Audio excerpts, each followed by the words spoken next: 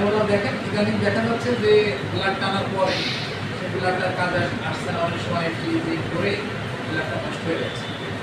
তো আমি ওনাকে বললাম যে হচ্ছে যে আমরা ডোনার রেডি রাখছি আপনার সামনে, দেখাচ্ছি ওনাকে, ইনি হচ্ছে ডোনার, সিজার করেন, যে কোনো সমস্যা না আমি রক্তটা টেনে দিই। বললো যে না আমরা এটা করতে পারি না, কারণ হচ্ছে যে ক্রিটিক্যাল মধ্যে যদি চলে আসে তাহলে ব্লাড টানার সময়ও আমার হাতে থাকে না, সেক্ষেত্রে একটা অ্যাক্সিডেন্ট ঘটতে পারে।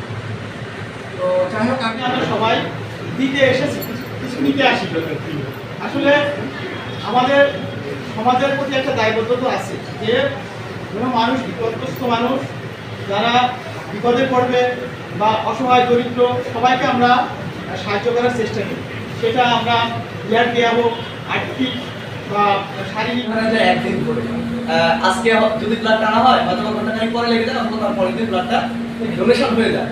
সেক্ষেত্রে আসলে ডাক্তারদের আমরা সরাসরি আর কি দোষারোপ করতে পারি না, কারণ একটা ইনকেস যদি কোনো অ্যাক্সিডেন্ট ঘটে যায় সেক্ষেত্রে কিন্তু আমরা ডাক্তারদেরই ধরবো যে আপনার কারণে এই কাজটা হয়েছে, ব্লাড লাগবে, আপনি কেন আগে থেকে বলেন নাই।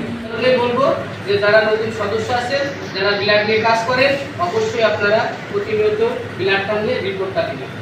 এবং কোটচাঁদপুর ব্লাড ব্যাংকের যে কোনো সমস্যা যদি আপনারা সম্মুখীন হন, অবশ্যই আমাদের সিনিয়র যারা আছে, সভাপতি, সেক্রেটারি, পরিচালক, তাদের সাথে বলবেন। তাদের সাথে বলতেও যদি আপনাদের মনে হয় যে না আমরা তাদের সাথে কথা বলতে পারছি না, তবে নির্দ্বিধায় আমার সাথে কথা বলতে পারেন।